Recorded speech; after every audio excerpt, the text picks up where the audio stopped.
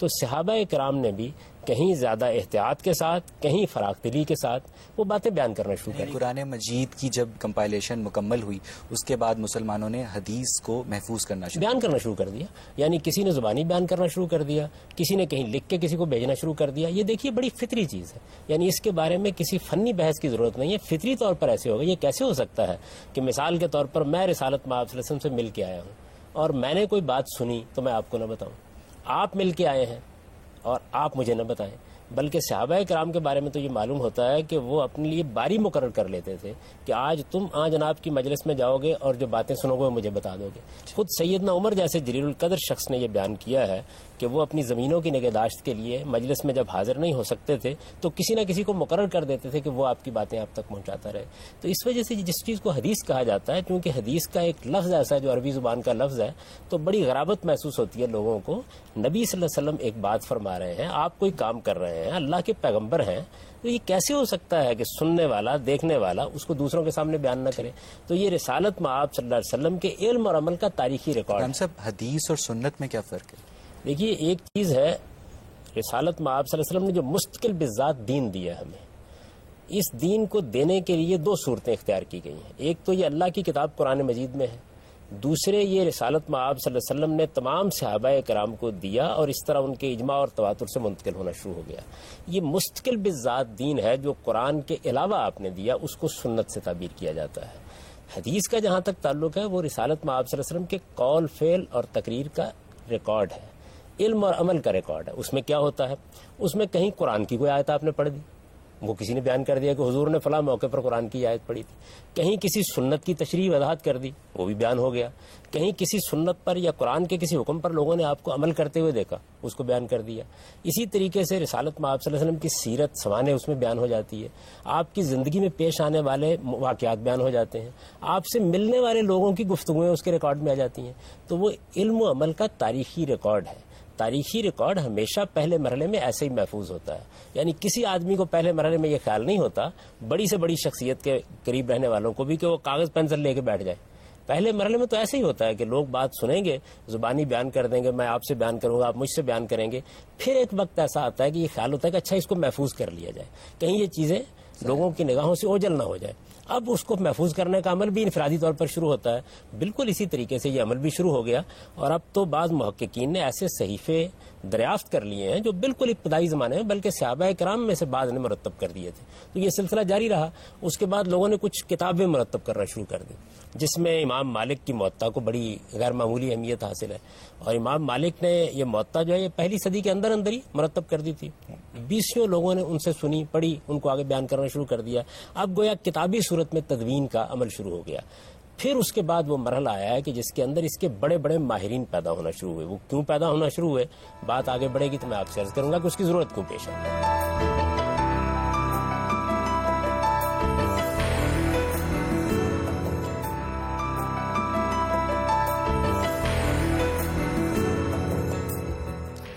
مولانا عبید اللہ سندھی کے مطابق وحی کی 3 اقسام ہیں، قرآن مجید، حدیث قدسی اور حدیث نبوی.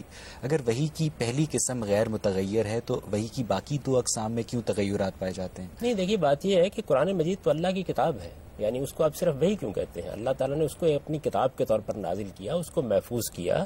قرآن مجید اللہ تعالیٰ کے الفاظ میں ہم تک پہنچایا، اس کو اللہ تعالیٰ نے مہیمن قرار دیا، اس کو میزان قرار دیا، اس کو ترازو قرار دیا. اس کے بارے میں کہا یہ کسوٹی ہے جس پر ہر چیز پرکھ کر دیکھی جائے گی. اس کو ایک فیصلہ کن حیثیت دی. قرآن کا مقام اور اس کا مرتبہ بالکل ایک الگ چیز ہے. رسالت مآب صلی اللہ علیہ وسلم اللہ کے پیغمبر تھے. سوال یہ ہے کہ قرآن کے علاوہ آپ پر وحی کیوں نہ آتی؟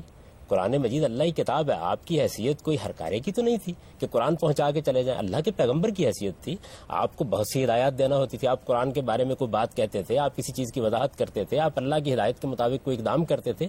خود قرآن نے 20 مثالیں دی ہیں کہ جس میں حضور کی ذاتی زندگی کے بارے میں اللہ کی وحی آپ پر آئی.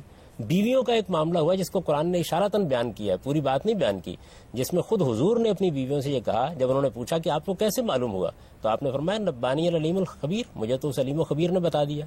اسی طرح آپ دیکھیں کہ قرآن مجید آپ کے پاس موجود ہے، قرآن مجید کے بارے میں جو آدمی ادنا طریقے سے بھی اس کو پڑھتا ہے، یہ بات اس پر واضح ہو جاتی ہے کہ قرآن جس ترتیب سے نازل ہوا تھا اس سے مختلف ترتیب سے ہمارے پاس ہے۔ یہ جو مختلف ترتیب ہے یہ ظاہر ہے کہ جبریل امین نے آ کے بتائی اور اس کے مطابق رسالت میں آپ صلی اللہ علیہ وسلم نے اس کو ترتیب دیا، وہ قرآن میں تو کہیں نہیں ہے۔ تو وہی پیغمبر کہتے ہی اس کو ہیں کہ جس کے اوپر وہی آتی ہے، وہی کی اقسام طے کرنے کا ہمارا کوئی استحقاق نہیں ہے۔ صاحب یہاں سے ہم گفتگو کو آڈینس کی طرف لے کے چلتے ہیں، جی آپ پوچھیے۔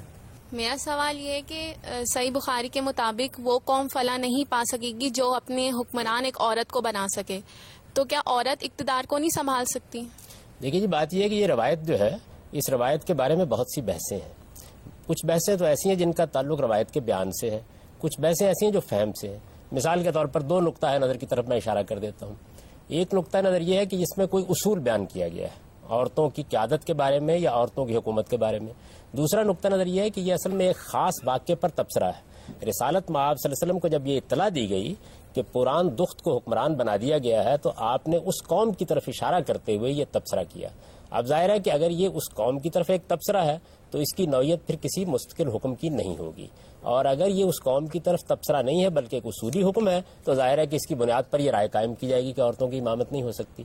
تو میں پہلی نقطہ نظر کو درست سمجھتا ہوں، جو لوگ دوسرے نقطہ نظر درست سمجھتے ہیں ان سے آپ یہ سوال کر سکتے ہیں۔ صحیح بخاری کے مطابق مشرکوں کی ہجو یعنی ان کی انسلٹ کرنا جائز ہے، تو اس صورتحال میں کیا مسلمانوں کو ڈنمارک والوں کے خلاف احتجاج کرنا چاہیے؟ دیکھیے، پہلی بات تو یہ سمجھ لیجئے کہ اس میں صحیح بخاری کا مسئلہ تو بعد میں آئے گا، اصل میں قرآن میں یہ بات بیان ہوئی ہے۔ میں اس کا پس منظر آپ کو بتاتا ہوں کیا ہے۔ اللہ تعالیٰ جب کسی قوم کی طرف اپنے رسول کو بھیجتے ہیں تو وہ اللہ کی حجت کا آخری ذریعہ ہوتا ہے۔ اس کے ذریعے سے جب اللہ کی حجت پوری ہو جاتی ہے تو اسی دنیا میں اس قوم پر یا اس کے مخاطبین پر عذاب آ جاتا ہے۔ یہ عذاب دو صورتوں میں آتا ہے۔ ایک یہ کہ اس قوم کا خاتمہ کر دیا جاتا ہے، جیسے قوم نوح مٹا دی گئی، قوم سمود مٹا دی گئی، قوم عاد مٹا دی گئی۔ اور دوسری صورت یہ ہوتی ہے کہ اس قوم پر رسول کے ساتھیوں کو ایسا غلبہ حاصل ہو جاتا ہے کہ وہ ان کو محکوم بنا لیتے ہیں یا غلام بنا لیتے ہیں، یعنی یا غلامی کی سزا دی جاتی ہے اور یا موت کی سزا دی جاتی ہے۔ تو رسالت میں آپ صلی اللہ علیہ وسلم بھی اللہ کے رسول تھے، چنانچہ آپ کی طرف سے اتمام حجت کے بعد دو قوموں کے بارے میں فیصلہ سنا دیا گیا۔ یہ فیصلہ سورہ توبہ میں سنایا گیا ہے۔ مشرکین کے لیے موت کی سزا تھی اور ان کو دے دی گئی۔ ان میں سے جن لوگوں نے بھی اپنی ماندت پر اصرار کیا ان کو یہ سزا مل گئی۔ اور اہل کتاب کے بارے میں یہ کہا ہے کہ حتیٰ یوت الجزیۃ عن ید وہم صاغرون، یہ محکوم بنا کے رکھے جائیں گے۔ اسی کو امام بخاری نے بیان کیا ہے، اس کا مجھ سے، آپ سے اور آج کے لوگوں سے کوئی تعلق نہیں۔ سر میرا سوال یہ ہے کہ جیسے کہ دین ہمارے پاس قرآن اور سنت کی کی صورت میں موجود ہے۔ قرآن تو ایک اتھینٹک بک ہے، ہر مسلمان اس پہ بلیو کرتا ہے، لیکن سنت کی وہ کون سی بک ہے جس کو زیادہ سے زیادہ اتھینٹسٹی دی جا سکتی ہے؟ پہلی بات تو یہ سمجھ لیجئے کہ جو قرآن اور سنت ہے دونوں کے دونوں ہمیں مسلمانوں کے اجماع اور تواتر سے ملے ہیں۔ مسلمانوں کے اجماع اور تواتری کی بنیاد پر یہ قطعی حجت بن گئے ہیں۔ اسی کو امام شافعی نے اپنے الرسالہ میں ایک دوسرے اسلوب میں بیان کیا ہے کہ مسلمانوں کے تمام عوام نے اس کو عوام تک منتقل کیا ہے۔ تو یہ جو حصہ ہے اس میں مستقل بالذات احکام بیان ہوئے ہیں، ان پر کوئی دوسری چیز نہ کوئی اضافہ کرتی ہے نہ کمی کرتی ہے۔ اس وجہ سے یہ تو بالکل محفوظ ہے، مسلمانوں کے اجماع سے ان کو حاصل کر لیا جائے گا۔ اجماع کیا چیز ہوتی ہے؟ آپ کسی فقیہ سے پوچھیے وہ بھی بتائے گا، محدث سے پوچھیے وہ بھی وہی بات بتائے گا، مورخ سے پوچھیے وہ بھی وہی بات بتائے گا، عام مسلمان بھی اس پر اسی طریقے سے عمل کر رہے ہوں گے۔ یہ ہمارے دین کا وہ حصہ ہے جس میں کوئی ادنا درجے کا اختلاف بھی موجود نہیں۔ آپ جو کتاب اٹھائیں گے، جو چیز بھی آپ کے سامنے آئے گی، ہر جگہ ایک ہی بات بیان ہوگی۔ ایک دوسرا حصہ ہے، دوسرا حصہ وہ ہے کہ جس کا تعلق تفہیم و تبیین سے ہے، یعنی ایک بات سمجھائی جا رہی ہے، کسی سوال کا جواب دیا جا رہا ہے، کسی چیز پر عمل کر کے دکھایا جا رہا ہے۔ یہ حصہ وہ ہے کہ جو ہمارے یہاں اخبار احاد یا احادیث سے نقل ہوتا ہے۔ یہ حصہ کوئی اضافہ نہیں کرتا، کوئی کمی نہیں کرتا، لیکن بہت بڑی حکمت ہم تک پہنچاتا ہے۔ اس کو علم کے زاویے سے دیکھنا چاہیے اور علم ہی کی حیثیت سے اسے قبول کرنا چاہیے۔ اس کے بارے میں جو اختلافات پیدا ہو جاتے ہیں ان اختلافات کو انسان کا حسن سمجھیے، اس لیے کہ اصل دین محفوظ ہے۔ اب میں ذرا فہرست بتاتا ہوں آپ کو کیا ہے۔ توحید کے معاملے میں کیا قرآن واضح نہیں ہے؟ رسالت کے بارے میں کیا قرآن مجید نے کوئی ابہام چھوڑا ہے؟ آخرت کے پر ایمان کی منادی کر دی ہے قرآن مجید نے۔ یہ ایمان اور عمل صالح ہے جس کی بنیاد پر ہمیں خدا کے حضور میں جواب دہ ہونا ہے۔ کوئی ابہام اس کے قرآن نے اتنا دہرا دیا اس مضمون کو کہ 1000 پہلوؤں سے بیان کر دیا ہے۔ نماز ہے، روزہ ہے، حج ہے، زکوٰۃ ہے، رسوم و آداب کی چیزیں، عید الفطر ہے، عید الاضحیٰ ہے، اسی طریقے سے تطہیر بدن کی چیزیں بالکل متفق علیہ طور پر موجود ہیں. یہ اس طرح کے جو واقعات یا اس طرح کی باتیں بیان ہوتی ہیں، ان کے بارے میں تھوڑا بہت اگر اختلاف باقی رہتا ہے تو اسے معاشرے کے اندر آپ کیوں یہ چاہتے ہیں کہ انسان کو بالکل باٹا کے جوتوں کی صورت دے دی جائے کہ وہ ایک ہی سانچے سے ڈلتے ہوئے نکلے؟ وہ اختلاف کریں گے، ان کے زاویہ نظر میں فرق ہوگا، وہ چیزوں کو بیان کرنے میں بھی فرق کر دیں گے، اور اسی سے در حقیقت علم بڑھتا ہے اور ایک دنیا کے اندر رنگا رنگی رہتی ہے. اس کو اس جگہ رکھیے. دین میں مجھے بتائیے، دین کے جو بنیادی احکام ہیں جن کے اوپر پورا دین کھڑا ہے، ایمان کی چیزیں اور عمل کی چیزیں، ان میں سے کیا چیز ہے کہ جس کے بارے میں بڑا اختلاف ہو؟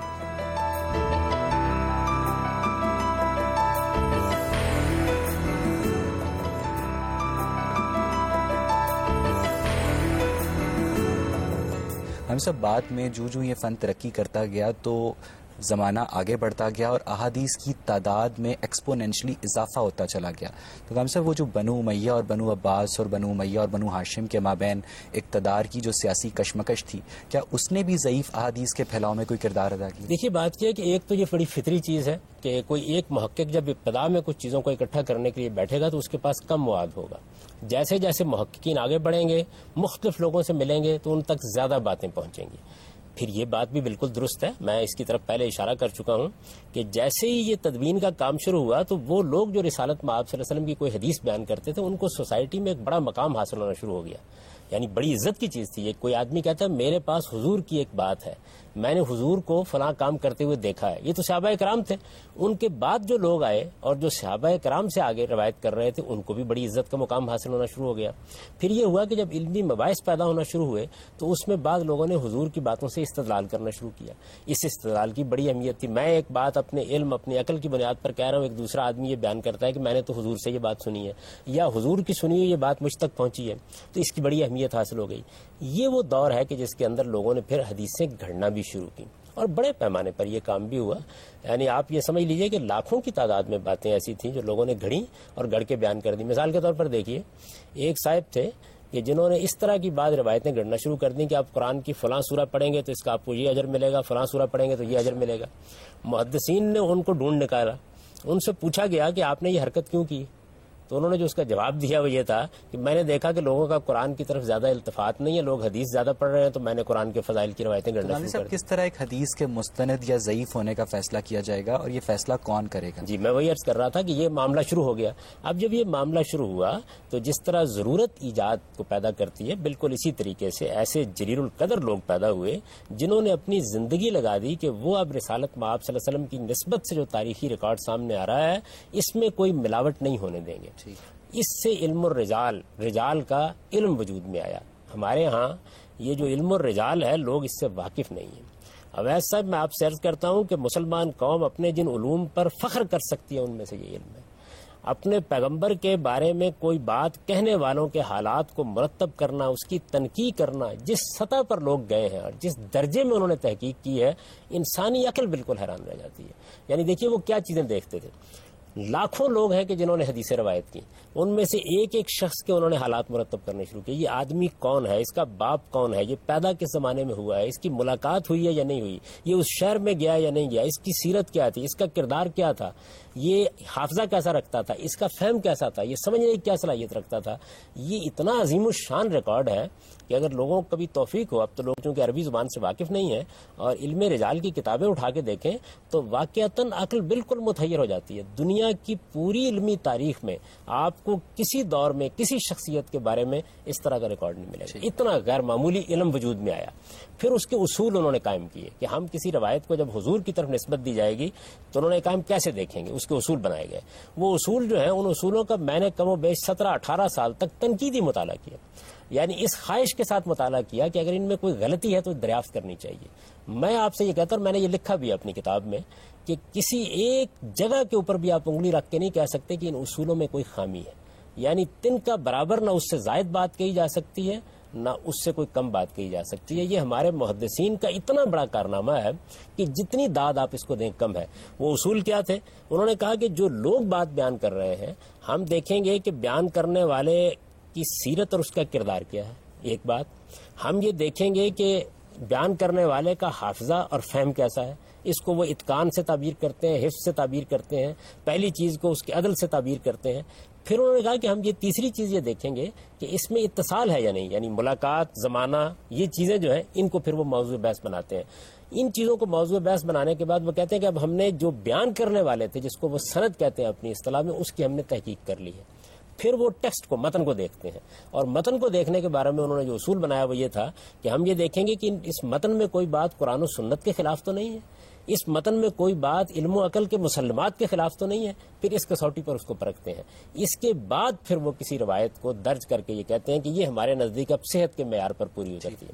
اگر کوئی خامی ہوتی ہے اس کے اندر تو اس خامی کی بھی نہایت دیانتداری کے ساتھ نشاندہی کرتے ہیں. یہ جو لوگ جنہوں نے یہ کام کیا، آپ حیران ہوں گے، اور یہ کوئی خدا کا عجیب معجزہ ہے کہ جن لوگوں نے یہ کام کیا، جو علم رجال کے ماہرین ہیں، یہ پوری کی پوری مسلمان امت ان کے کیریکٹر کے بارے میں اتنی مطمئن ہوئی ہے کہ کوئی ان پر انگلی اٹھا کے نہیں بتا سکتا کہ یہ کسی کے ساتھ کوئی تعصب نہیں رکھتے تھے، یہ کسی کے اوپر کوئی ایسے ہی تبصرہ نہیں کر دیتے تھے. یہ وہ عظیم الشان کام ہے جو ہوا، اور اس کی بنیاد پر پرکھنے کا کام جاری ہے. یہ ہمیشہ ہوتا رہا ہے. امام بخاری نے اپنے طریقے پہ پرکھا، امام مسلم نے اپنے طریقے پہ پرکھا. یعنی محدثین میں ایک اصولی اتفاق تو ہوتا ہے، لیکن مزاج، طبیعت اور بعض اصولوں میں فرق ہو جاتا ہے. مثلا امام بخاری کو اس بات پر اصرار تھا کہ جب ہم یہ کہتے ہیں کہ فلاں آدمی سے بات بیان کر رہا ہے تو اتنا کافی نہیں ہے کہ زمانہ ایک ہو، بلکہ ملاقات کا ثبوت بھی ہونا چاہیے. دوسرے محدثین یہ کہتے ہیں کہ نہیں، اتنا اصرار کرنا ٹھیک نہیں. تو ایسی بعض چیزیں ہیں سٹل نوعیت کی جن میں کچھ اختلاف ہو جاتا ہے، ورنہ بحثیت مجموعی یہ نہایت اعلیٰ معیار ہے. میں تو ہمیشہ کہتا ہوں کہ جی آپ بتائیے اس معیار میں کیا اضافہ کیا صاحب. ایک عرصے تک جو علم حدیث ہے علماء کی ڈومین رہا ہے. اب جب پرنٹنگ کے فروغ کے بعد احادیث کی کتب عام مسلمانوں تک پہنچتی ہیں تو بہت سارے مسلمان بہت ساری احادیث کو پڑھ کر، کیونکہ وہ انہیں سیاق و سباق میں سمجھنے کی اہلیت نہیں رکھتے، کنفیوژن کا شکار ہو جاتے ہیں.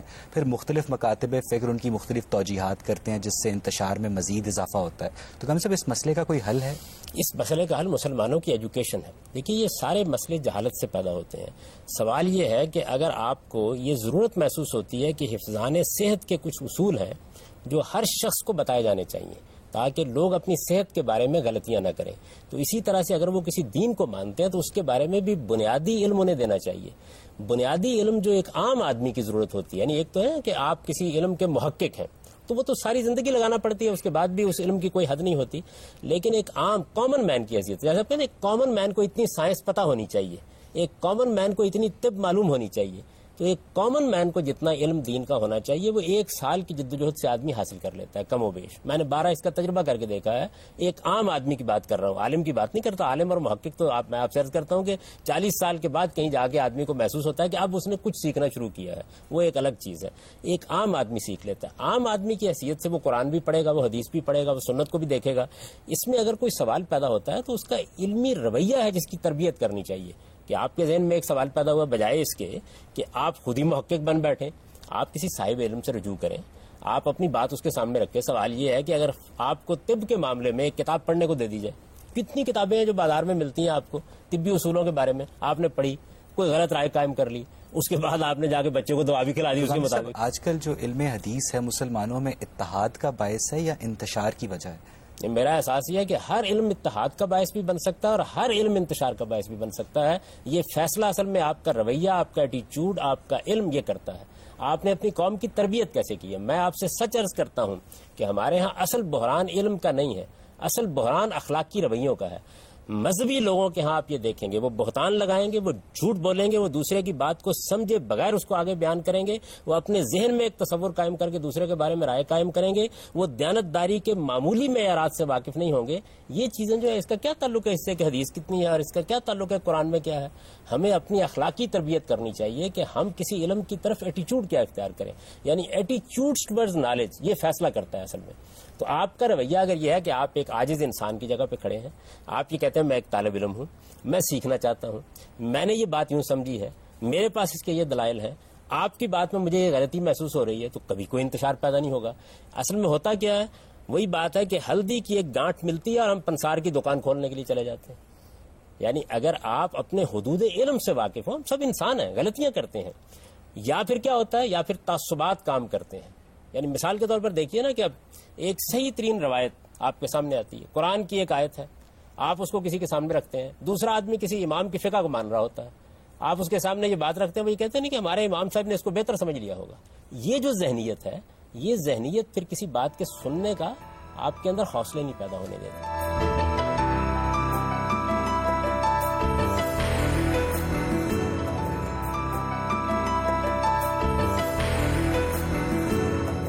غامی صاحب اگر خدا نے قرآن مجید کی حفاظت کی ذمہ داری اٹھائی تھی تو کیوں پھر اپنے محبوب کی احادیث کو لوگوں کی یادداشت اور ارادوں کے تغیرات کے مرہون منت چھوڑ دیا؟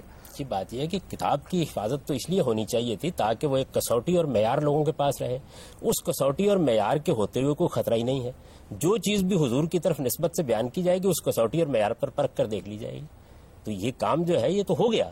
دیکھیے بالواسطہ حفاظت ہو گئی کیونکہ جب آپ کو ایک معیار دے دیا گیا, ایک آدمی نے آپ کے ہاتھ میں ایک کسوٹی پکڑا دی اور آپ کو دکان پہ بٹھا دیا اور یہ بتا دیا کہ دیکھو تمہارے پاس پیتل لائے گا کوئی آدمی یا سونا لائے گا کوئی آدمی یا چاندی لائے گا کوئی آدمی تو یہ کسوٹی بتا دے گی یہ کیا ہے. تو اب آپ یہ کیوں چاہتے ہیں کہ ساری چاندی اور سارا پیتل دنیا سے غائب کر دیا جائے, صرف سونا ہی رہ جائے؟ وہ رہے گا. آپ کے پاس کسوٹی موجود ہے, جب کوئی چیز آئے اس پر پرکھ کر دیکھ لیجیے. غامی صاحب لیکن جو علم اور رجال کے ماہرین تھے وہ بہرحال انسان تھے, انبیاء نہیں تھے. تو جو ان کے بیان کردہ اصول ہیں ان میں کیا ہم ہیومن ایرر کا چانس رکھ سکتے ہیں؟ جی بالکل, یہی وجہ ہے کہ میں نے تحقیق کی اس بات کی برسوں تک. کوئی ایسی غلطی میں تلاش کر لوں, میں یہ تو نہیں کہتا کہ وہ غلطی کر نہیں سکتے تھے, لیکن میں یہ کہتا ہوں کہ بسم اللہ, آپ کو بھی پورا حق ہے. میں تو 17-18 سال تک ان کے ایک ایک چیز کو پرکھنے کے بعد یہ آپ سے کہہ رہا ہوں کہ اصول کی حد تک ان کی بات انتہائی درست ہے. اس کے اندر کوئی تبدیلی کرنے کی ضرورت نہیں. اپلیکیشن ایک انسانی کام ہے اور اس میں غلطی بھی ہو سکتی ہے. لیکن غامی صاحب اب ہر مسلمان عالم اپنی تحقیق کے ذریعے اگر ایک مختلف نتیجے پر پہنچتا ہے اور وہ اسی چیز کی آگے ترویج بھی کرتا ہے تو اس طرح تو پھر فرقہ واریت میں مزید اضافہ ہوگا. اس میں کیا قیامت آ جائے گی؟ فرقہ واریت تو اصل میں رویے کا نام ہے. یعنی فرقہ واریت سے کوئی اسلام کے اتحاد متاثر نہیں ہوگا؟ بہت ہوتا ہے, لیکن فرقہ واریت کا علماء کے اختلاف سے کوئی تعلق ہی نہیں ہے.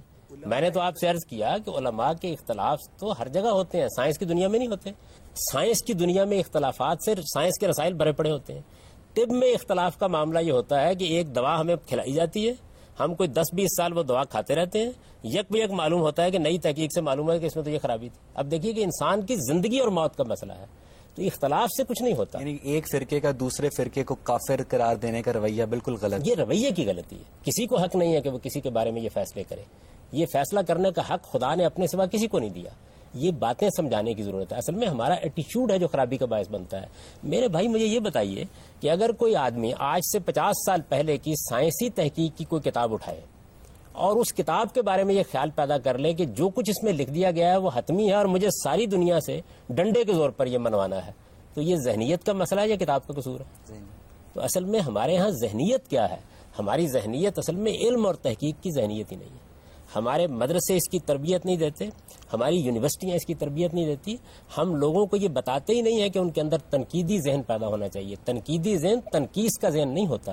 تنقیدی ذہن کا مطلب یہ ہے کہ جو چیز بھی آپ کے سامنے آتی ہے اگر وہ انسانی کاوش ہے, خواہ وہ فن حدیث ہے, خواہ وہ فقہ ہے, خواہ وہ علم کلام ہے, خواہ وہ تصوف ہے, خواہ وہ فلسفہ ہے, خواہ وہ سائنس ہے, جو بھی انسانی کام ہے آپ اس کو تحقیق کر کے دیکھیں گے اور تنقید کی نظر سے اس کا جائزہ لیں گے. اگر تنقید کی نظر سے جائزہ لے کر آپ نے ایک رائے قائم کی ہے, اپنی رائے کو بہت ہمبل جگہ پر کھڑے ہو کے پیش کریں, متواضع جگہ پر کھڑے ہو کے یہ کہہ کے پیش کریں کہ یہ میرا نقطہ نظر ہے, مجھ پر الہام نہیں ہوتا, مجھ پر وحی نہیں آتی, میں ایک انسان ہوں, میں نے یہ بات سمجھی ہے, میری دلیل یہ ہے, آپ اس پہ غور کر لیجئے. آپ یہاں کھڑے ہوں, مجھے بتائیے فرقہ بندی کیسے پیدا ہو سکتی؟ صحیح. آپ پوچھیں. آپ سے سوال یہ ہے کہ آپ نے بیان فرمایا محدثین نے جو حدیث کے نقل میں اور اس کی روایت میں اصول وضع فرمائے ہیں وہ اصول ہر لحاظ سے کامل اور مکمل ہیں. محدثین نے جن روایتوں کو اپنی کتابوں میں درج فرما دیا ہے اپنے ان اصولوں کے مطابق, اور اصول اپنی جگہ پہ جامع اور مکمل تھے, کیا اب ہم ان اصولوں سے اختلاف کرتے ہوئے بعض روایات کو جو ان کی کتب میں جگہ پا گئی ہیں, کیا ہم ان پہ تنقید کرتے ہوئے یا ان کی تحقیق کرتے ہوئے ان کو خلاف کتاب و سنت قرار دے سکتے ہیں؟ محدثین نے جو اصول قائم کیے ہیں ان کے بارے میں نے آپ سے عرض کیا کہ وہ اصول تو ہر لحاظ سے مکمل اصول ہیں, لیکن ان اصولوں کو اپلائی کون کرے گا؟ انسان کرے گا نا. جب انسان کرے گا اپلائی تو اس سے اختلاف بھی کیا جا سکتا ہے. چنانچہ یہی وجہ ہے کہ امام بخاری نے امام مسلم سے اختلاف کیا, امام مسلم نے امام ابو داؤد سے اختلاف کیا. بہت سی چیزیں ایسی ہیں جس کو ایک محدث قبول کرتا ہے دوسرا رد کرتا ہے. امام بخاری کی روایتوں کے اوپر بہت سی تنقیدیں کی گئیں. موجودہ زمانے میں جو ہمارے ہاں بہت بڑے محدث پیدا ہوئے ہیں, علامہ ناصر الدین البانی, انہوں نے ایک مرتبہ پھر ساری سیاہ کے اوپر نظر ڈالی, اور آپ یہ دیکھیے کہ اب ان کی جو تصنیف کردہ کتابیں ہیں ان میں آپ کو ملے گا صحیح ابو داؤد, ضعیف ابو داؤد, صحیح النسائی, ضعیف النسائی. محدثین کے اصول بالکل مکمل ہیں, لیکن ان کو اپلائی کرنے کا کام, ان کے اطلاق کرنے کا کام یہ نہ کبھی پہلے رکا ہے نہ اب رکے گا نہ قیامت تک اس کو روکا جا سکتا ہے. یہ تنقید ہوتی رہے گی لیکن انہی اصولوں کو سامنے رکھ کر کی جائے گی.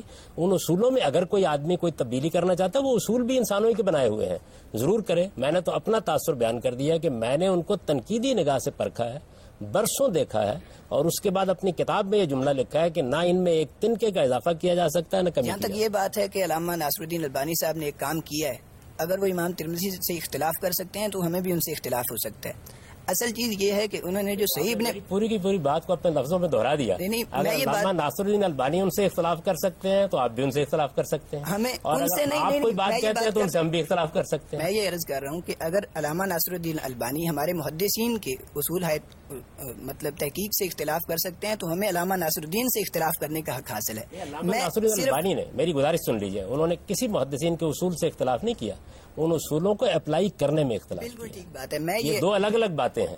دیکھیے اصول ایک الگ چیز ہے, کسی اصول کو کسی روایت پر جب آپ اپلائی کرتے ہیں تو اس میں انسانی فہم اختلاف کر سکتا ہے. یہی اختلاف اس سے پہلے بھی ہوتا رہا ہے. میں نے تو اپنا نقطہ نظر بھی آپ کو بتایا کہ اصولوں کا جہاں تک تعلق ہے وہ تو بڑے پرفیکٹ ہیں اور میرے خیال میں ان میں کوئی اضافہ کوئی کمی نہیں کی جا سکتی, لیکن ان کو اپلائی کرنے کا کام ایک انسانی کام ہے.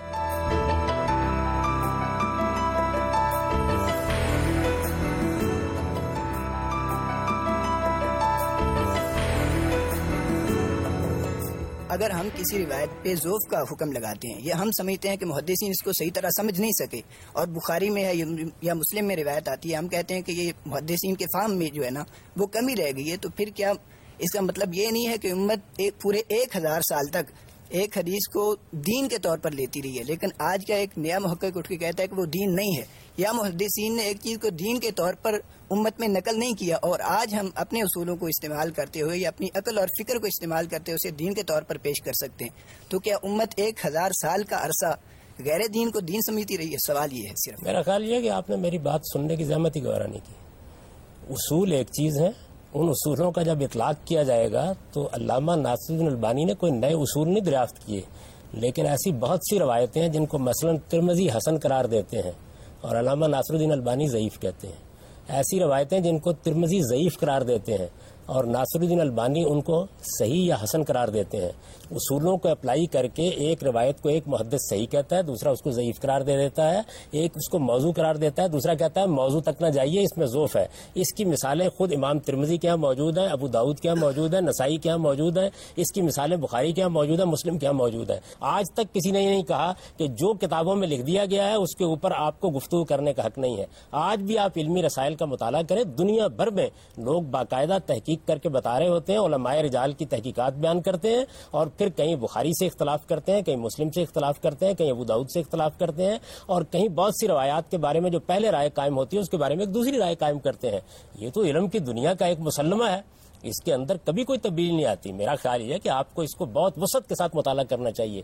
آپ کے علم میں ہونا چاہیے کہ امام بخاری کی روایتوں کے اوپر دارقطنی کی تنقیدات کیا ہے, ذرا ان کا مطالعہ کریں اور دیکھیں کیا تنقیدات ہیں. وہ لکھی ہوئی موجود ہے. اس وقت فتح الباری جو ہے اس کے آخر میں باقاعدہ لگا دیا جاتا ہے اس کو, اور اس میں کیا کیا انہوں نے, اس میں انہوں نے یہ بیان کیا ہے کہ جو اصول قائم کیے گئے ان اصولوں کے اطلاق میں یہاں مجھے اختلاف ہے. ہم اس سے اختلاف بھی کر سکتے ہیں, اتفاق بھی کر سکتے ہیں, لیکن ایک زندہ انسانی کام ہے. اس انسانی کام کو خدائی کام نہ بنائیے. انسان غلطی کرتے ہیں اور دوسرے اس کی تصحیح کرتے رہتے ہیں, ورنہ تو محدثین اتنی بڑی تعداد میں پیدا ہونے کی ضرورت ہی نہیں تھی. امام مالک نے ایک کام کر دیا, بس کافی تھی. اس کے بعد کسی دوسرے آدمی کو حرف بھی نہیں رکھنا چاہیے تھا اس کے اوپر. سر سوال یہ ہے کہ حدیث کو مرتب کرنے کے اصول مرتب کیے گئے, پھر اس کی اپلیکیشن کی کمپلیکیشنز علیحدہ ہیں. اگر حضور صلی اللہ علیہ وسلم جس وقت قرآن مجید کو قلم بند کیا جا رہا تھا اس کے ساتھ حدیث کو بھی قلم بند کروا دیتے تو کیا اس سے امت کا اتحاد مجروح نہیں ہوتا؟ اور دوسری بات یہ کہ ہم یہ فیصلہ کرنے کے بجائے کہ کون سی حدیث صحیح ہے اور اس کی صحت کیا ہے, مستند کون سی ہے, ضعیف کون سی ہے, اس کا تعین کرنے کے بجائے ہم اس پر عمل کرتے, اور کیا یہ اس سے ہم زیادہ بہتری کی طرف نہیں جا سکتے تھے اور بہت ساری کمپلیکیشن سے بچ جاتے؟ یہ حضور نے جو دین ہمیں دیا ہے, مستقل بذات احکام دیے ہیں, وہ سب کے سب قرآن میں ہے اور سنت میں ہے, وہ دے دیا آپ نے. اس کے بعد کیا کوئی انسان دنیا کے اندر یہ کر سکتا ہے کہ وہ جو بولے آدمی سے کہہ ذرا لکھ لو, جو کرے ایک شخص کو بلائے اور کہے کہ ذرا اس کو تحریر کر لو؟ یہ تو اتنا مصنوعی کام ہوتا کہ میرا خیال یہ ہے کہ ہم پیغمبر کی شخصیت ہی سے محروم ہو جاتے ہیں. یہ تو اصل میں رسالت مآب صلی اللہ علیہ وسلم کی زندگی کا وہ غیر معمولی تاریخی ریکارڈ ہے جو ایسے ہی مرتب ہونا تھا. اس سے ہمارے دین کے اندر کوئی خرابی پیدا نہیں ہوئی. صرف خرابی کب پیدا ہوتی ہے؟ جب ہم افراط و تفریط سے کام لیتے ہیں. یعنی ہم قرآن کی جگہ حدیث کو دے دیتے ہیں, حدیث کی جگہ قرآن کو دے دیتے ہیں. جب ہم کسی صاحب علم کے کیے ہوئے کام کے بارے میں ایسے متعصب ہو جاتے ہیں کہ اس پر ادنا درجے کی تنقید گوارا کرنے کے لیے تیار نہیں ہوتے. رسالت میں آپ صلی اللہ علیہ وسلم کی شخصیت ہو یا کسی دوسرے پیغمبر کی شخصیت, دیکھنے والے ہی اس کو بیان کریں گے. دین دینے کا کام آپ نے کیا, وہ اجماع اور تواتر سے منتقل ہو گیا, اس میں کوئی اختلاف نہیں ہے, وہ بغیر نزاع کے ہم تک پہنچا ہے. اس کی ایک چیز بالکل محفوظ ہے, اس پر کوئی بحث ہی نہیں ہوتی. یہ حضور کی سیرت ہے, حضور کے سوانے ہیں, حضور گھر میں کیا کرتے تھے, حضور نے کسی موقع پر کیا فیصلہ کیا, کسی آدمی نے آ کے کوئی بات پوچھی تو آپ نے کیا بات کہی. بڑی دل نواز باتیں ہیں جن میں بیان ہوئی ہیں, یہ لکھوائی جاتی ہیں تو ان کا سارا حسن خراب ہو جاتا ہے. دیکھیے میں آپ کو ایک بڑا دل نواز واقعہ سناتا ہوں. رسالت میں آپ صلی اللہ علیہ وسلم کے پاس کچھ لوگوں کے لیے چادریں آئیں اور وہ آپ تقسیم کر رہے تھے. ایک نابینا صحابی, آپ نے نام سنا ہوگا, عبداللہ ابن ابی مکتوم, وہ کہیں سے آئے اور انہوں نے آ کے بڑی ناراضی کے انداز میں کہا کہ چادر مجھ کو تو نہیں ملی. تو آپ نے ان کے کندھے پر ہاتھ رکھ کر کہا میں نے تمہارے لیے چھپا کر رکھی ہوئی. اب یہ جو ایک دل نواز واقعہ ہے, پیغمبر کی محبت ہے, شفقت ہے, اس کو کیا آپ کا خیال یہ ہے کہ ایک کمپیوٹر ساتھ رکھ دیا جاتا ہے اور وہ لکھتا رہتا؟ یہ ساری باتیں اصل میں شخصیت کا حسن منتقل کرتی ہیں. کسی وقت کوئی گھر میں بات ہوئی ہے, کسی وقت کسی شخص کے ساتھ کوئی لطیف جملہ آپ نے بول دیا ہے, ان کو محفوظ کیا گیا ہے. آپ دو باتوں کو الگ کیجئے. اللہ کی کتاب آپ بالکل محفوظ شکل میں آپ کو دے گئے, کوئی نزاع نہیں ہے. سنت پوری کی پوری محفوظ شکل میں آپ تک پہنچ گئی, کوئی نزاع نہیں, دین مکمل ہو گیا. اس کے بعد اس کی تفہیم و تبیین ہے, آپ کے اسوہ حسنہ کا بیان ہے, آپ کی سیرت و سوانے ہے. اس کی ہزاروں جہتیں ہیں. شکر کیجئے کہ ان لوگوں نے بیان کر دی ہیں اور ان سے فائدہ اٹھائیے. ان سے کوئی خرابی نہیں پیدا ہوتی. خرابی اصل میں ہمارے ایٹیچیوڈ سے پیدا ہوتی ہے کہ ہم چیزوں کو ان کی صحیح جگہ پر نہیں رکھتے. آپ نے کہا کہ سنت کا محفوظ ریکارڈ ہمارے پاس پہنچ گیا. سنت کا ایک تو ریکارڈ کیا ہے, بلیک اینڈ وائٹ, یہ میرا سوال ہے. اور دوسری بات یہ کہ اگر یہ اتنا ہی اہم تھا کہ امت نے بعد میں جا کر اس میں فرقے پیدا ہونے ہیں صرف اس بات پر, حدیث پہ, تو کیوں نہیں کہ اس کو اتنے ہی اہم طریقے سے جس طرح قرآن مجید کو قلم بند کیا گیا, حدیث کو بھی قلم بند کیا جاتا, تاکہ 150 سال بعد یا اس کے بعد یہ کام نہ ہوتے, اسی وقت ہو جاتے اور ایک ڈاکیومنٹڈ فارم میں ہمارے پاس سارا کا سارا اسلام آ جاتا. دو باتوں کو الگ الگ کیجئے. یعنی جہاں تک دین کا تعلق ہے, میں نے آپ سے عرض کر دیا کہ وہ پورا کا پورا محفوظ ہے. فرقے پیدا ہونے کا کام تو قرآن مجید بھی نہیں روک سکتا. اس کی وجہ یہ ہے کہ لوگ قرآن کو سمجھنے کے معاملے میں اختلاف کریں گے اور وہاں سے فرقہ بندی پیدا ہو جائے گی. اصل میں فرقہ بندی کیسے پیدا ہوتی ہے؟ فرقہ بندی اختلاف کرنے سے نہیں ہوتی. میں نے قرآن مجید کی ایک آیت کو سمجھایا, اب حدیث کو ذرا تھوڑی دیر کے لیے الگ رکھ دیجیے. آپ نے قرآن کی وہی آیت سمجھی اور آپ کا فہم مجھ سے مختلف ہے. ایک رویہ یہ ہے کہ میں آپ سے یہ کہوں جی میں اس کو ایسے سمجھتا ہوں, میرے نزدیک یہ بات یوں ہے, میں آپ کی دلیل میں یہ خامی پاتا ہوں اور آپ کا حق مانتا ہوں کہ آپ بھی اپنی رائے پر قائم رہ سکتے ہیں. کوئی خرابی نہیں پیدا ہوگی, کوئی فرقہ بندی پیدا نہیں ہوگی, علم آگے بڑھے گا. میں آپ سے استفادہ کروں گا, آپ مجھ سے استفادہ کریں گے. ایک دوسری چیز یہ کہ میں اپنے فہم کو حتمی قرار دے دوں. میں یہ کہوں کہ جو میں نے سمجھا ہے وہ مجھ پر الہام ہوا ہے, میں آپ کی بات سننے سے انکار کر دوں, آپ پر فتویٰ لگانا شروع کر دوں, اور پھر کوشش کروں کہ آپ کی بات کو غلط سے غلط معنی پہنا کے اپنے گرد و پیش میں کچھ ایسے لوگ جمع کر لوں کہ جو متشددانہ رویے اختیار کریں. تو فرقہ بندی یہاں سے پیدا ہوتی ہے. فرقہ بندی کا تعلق رویوں سے ہے. دوسری بات یہ ہے کہ یہ جو آپ مطالبہ کر رہے ہیں کہ رسالت میں آپ صلی اللہ علیہ وسلم یہ سب چیزیں لکھوا دیتے, یہ ممکن کیسے ہے؟ دیکھیے میں اس وقت آپ سے گفتگو کر رہا ہوں, میں یہاں آیا ہوں, ایک صاحب نے مجھے چائے آفر کی ہے, گفتگو کی ہے, بات چیت کی ہے. آپ کا کیا خیال ہے کہ یہ کوئی زندگی ہوتی کہ یہ ساری چیزیں لکھوانے کا کام رسالت میں آپ صلی اللہ علیہ وسلم کرتے؟ یہ میرے بعد ہی ہوگا کہ کسی آدمی کو اگر یہ پوچھا جائے گا میرے بارے میں تو وہ کہے گا جی میرے پاس وہ آئے تھے یہاں پہ, میں نے چائے پلائی تھی, میں نے گفتگو کی تھی, میں نے بات کی تھی. ایسے ہی یہ ساری چیزیں ہمیشہ منتقل ہوتی ہیں.